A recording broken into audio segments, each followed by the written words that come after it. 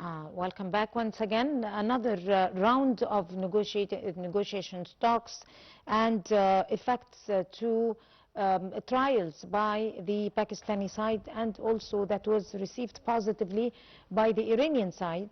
Another level of negotiations was taken in Pakistan in order to seek a solution to sort out the problem between the US administration and the Iranian side. And on this very important topic, we're very delighted to be joined here in the studio by Dr. Mohamed Hashem, the Professor of Media, or Mass Comm, actually. Good morning, Dr. Hashem. How are you doing? Good morning, and nice to see everyone again, and good morning. And I have some interesting media information for you about what the media is saying about the current events. Sounds great. Yes. But then let us start off with the second round of negotiations. Like we earlier said, that Tehran was very much instigated and provoked by, as a reaction, by the practices on the American side, and gave a condition: if there isn't any halt or ceasefire between Israeli occupation and Hezbollah in Lebanon and the strikes over the southern Bekaa Valley, then there is not going to be any ceasefire between the US administration and Tehran. They have set their preconditions, and they're not going to, they seem not to be giving up on those conditions. Yes. So do you think, with the negotiations going between Lebanon and Israel in Washington, around again, this is going to hold some positive signs for these negotiations now in Pakistan? Well, it's very interesting because Iran's come out and said that the Lebanon attacks from Israel were part of the ceasefire. So the Iranian media is saying that they're specified in the contract or in the negotiation deal that do not attack Lebanon was part of the deal. Yes. And obviously on the other side of the spectrum, you have the Western media and the Israeli media saying that wasn't part of the plan. So let's quickly go through some of the things that I pulled out with some of the news reports. So CNN says it's called emphasis on military pressure. It's really important to look at that. Diplomacy together. So there's two things we should talk about today: the tone of what the media is saying, and also the language that's being used. It's very important, and it's all very different. They're all using different things. So the New York Times is saying that the talks have failed to deter Iran from the nuclear demands. So there's a lot of confusion around that. So we don't actually know, was the Lebanon the Lebanon deal, was that part of the ceasefire or not? We have no proof of that. It's only Iran saying that.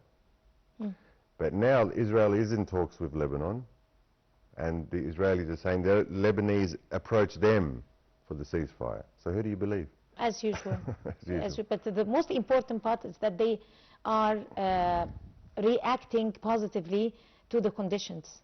Yes. They are exactly. going through. It's good that you said that. So BBC is calling this focusing on sticking points, nuclear enrichment limits, regional conflict negotiations also being fragile and unresolved. So it's very important to look at that language and that tone. Yeah, so we don't know what's going to happen, but it looks like things are settling down. It looks like the region is going back to normal in terms of, you know, the geopolitical landscape. And I've come a few times over the last few weeks, and I've talked about the UK coalition that's been formed. So it's a 30-member state nation UK coalition coming in to the region to reroute the logistics as opposed to what was the usage of the Strait of Hormuz. So that's also happening at the same time. Threatens from the United States, you mean? Yeah. Yeah, that holds significance that we need to discuss. Yes. What does that signify? Because this is the first time, and that was a red flag that was flashed to the US administration, maybe to reconsider its thoughts again and its calculations, because there were lots of miscalculations concerning this particular Iran and the Strait of Hormuz thing, because this is not like Venezuela and it's going to end in 1 or 3 days. Yes.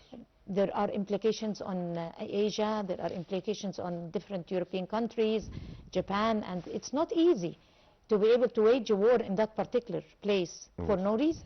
Yes. So Especially there are no reports from the IAEA that there are nuclear That's interesting. So if you look at the Arabic Middle East, Al Jazeera and Al Arabiya, they're saying there's emphasis on mistrust between both sides. They're framing this as US demands seem too aggressive for the Iranians. Iran is calm, but it's saying that it's not trusting the US because a lot of the Iranian media is saying that there were in negotiations before the war began. They were actually in negotiations. But the question is, what negotiations were they in before the war started 6 weeks ago? What were they talking about? Were they talking about It's a very good question. Yeah. Were they talking about the Strait of Hormuz back then? No. Or were they talking about the nuclear? It wasn't even included. But and there was no nuclear. Or is this about regime change? And why is America and Israel so concerned about helping the Iranian people if that's what the Iranian people want? Because there's again mixed views.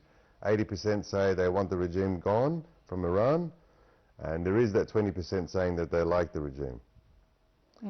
When Trump tweeted last week that he's going to kill all of civilization there in Iran, the Iranians went down into the street and they were sitting on the bridges and all the landmarks and saying... Like a human shield. Like human shields. It was also a message.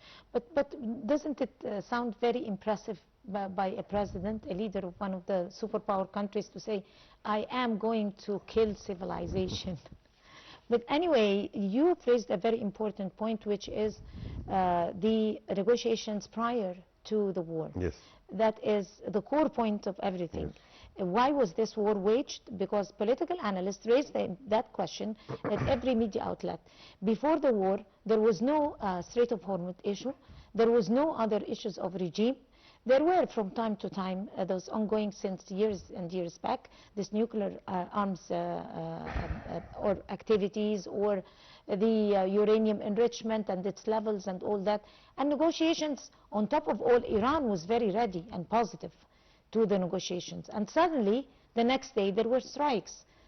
So that was the core of debate that is being raised around almost every media outlet this week concerning the reasons for this war. Yes, it's an edge of diplomacy and escalation at the same time. So it's a diplomacy war and it's an escalation war, and 85% of the American public now are really asking, why did you go to war?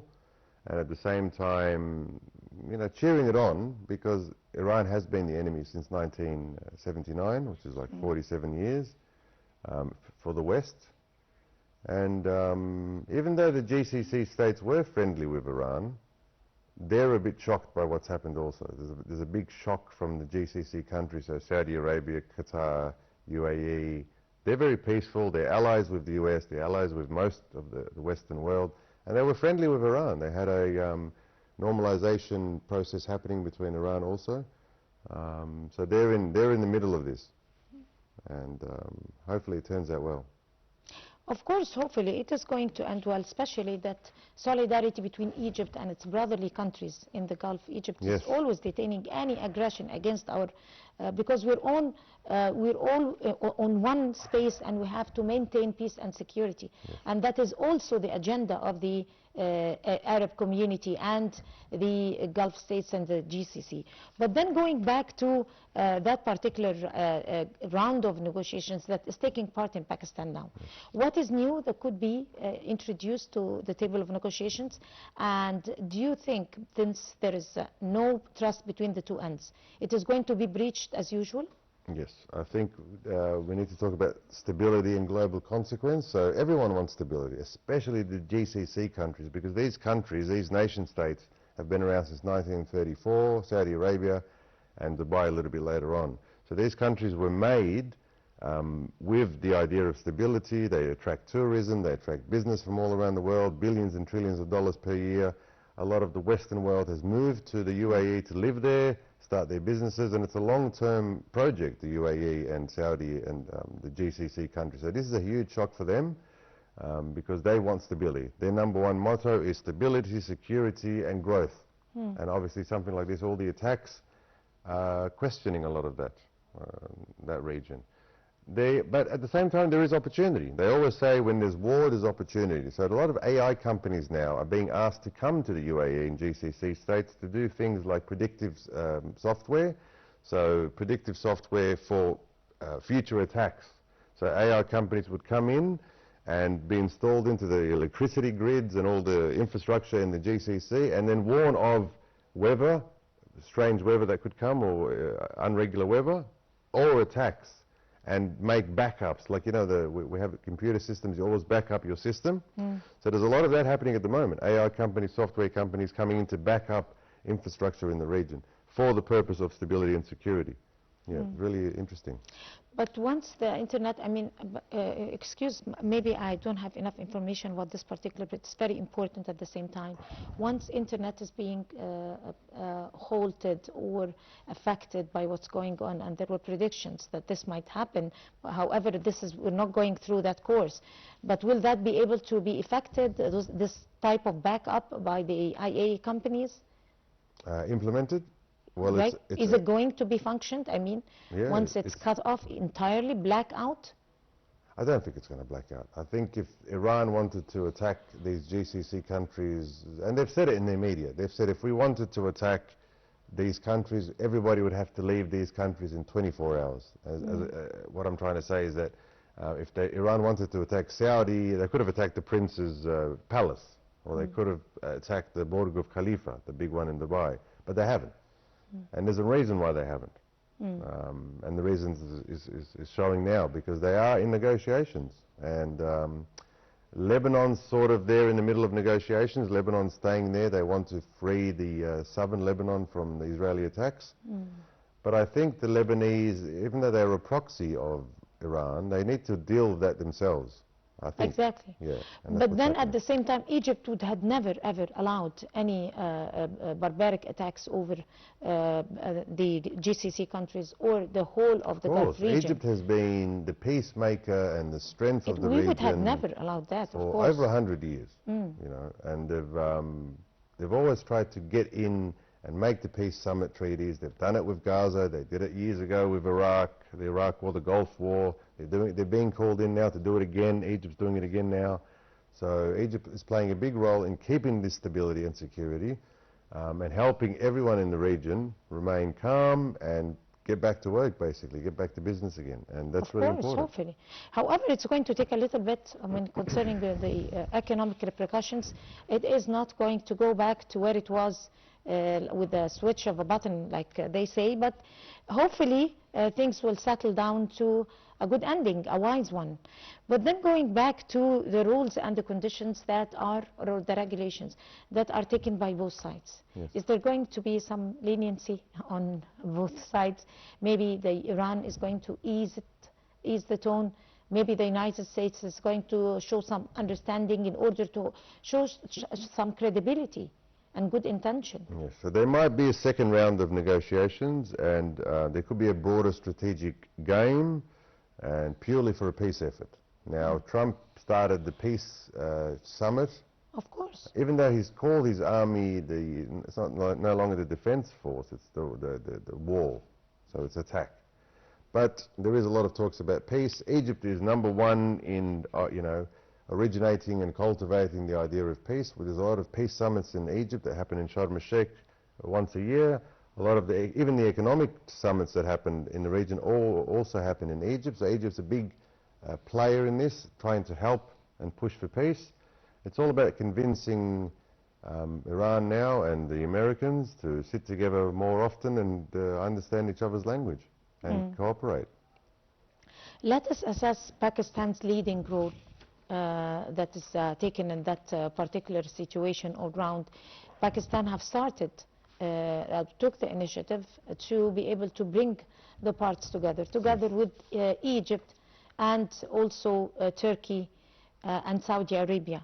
Yes. And the course continued, and now they are holding another round. How do you assess the efforts taken by the Pakistani side, and what strategic interests that drive Pakistan to be able to need to effect peace? Well, Pakistan's a powerhouse. Pakistan has its own nuclear power, where Iran doesn't. And the old Khomeini, who was leading the country, brought out a fatwa years ago. It said we're not allowed to build the uranium for the nuclear power. But in saying that, so we're focusing on negotiations seen through the geopolitical containment, and that's what's happening at the moment. So there has to be a second round of talks, obviously, and Pakistan is playing a big role because Pakistan is very close to Iran, and Iran is reaching out to Pakistan whenever they want to negotiate. Because every time we hear negotiations between Iran and America, how are they negotiating? How are they speaking? Where are they meeting? So obviously the prime force is Pakistan at the moment for that two-way communication. Very important. Geographically speaking and strategically speaking, yes, right? Of course. But Pakistan with the other side, with the American side, are they doing an effective role? I think so. I think they're communicating quite well. There's been no complaints from the Western media or anyone from that area saying that Pakistan is not cooperating. They're not saying anything wrong with that. So I think it's working, and that's what you need in these situations of war and uncertain times and instability. You need that third country to step in and be that mediator, and that's what's happening. Right.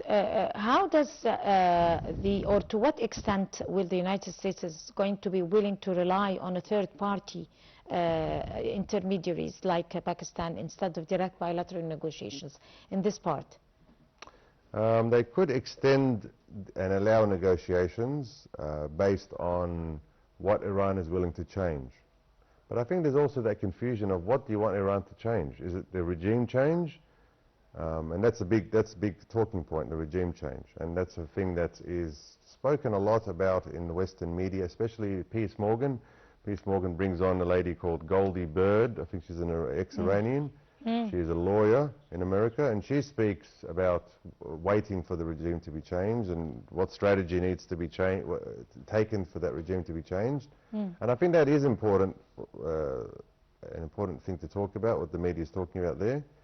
But I don't think it's the only thing. I think the nuclear program is also on the cards, and also definitely the coordination and cooperation of the Strait of Hormuz. So what could happen? Trump came out of the airplane a couple of weeks ago and he said, I'm going to work with the Ayatollah. It's going to be me and him controlling the Strait of Hormuz. So it could be a partnership. And you've also got to think about the media that's spoken about, the troops on the ground, the American troops on the ground. Were they going into attack on land in Iran, or are these troops being deployed to join forces with Iran, Iran's maybe navy, to make a negotiation for both of them to control the Strait of Hormuz? Because apparently Iran's navy is just speedboats with missiles. That's the majority of their navy, and that's dangerous for the Western allies. But yeah, it could be a joint force operation soon. We'll have to wait and see.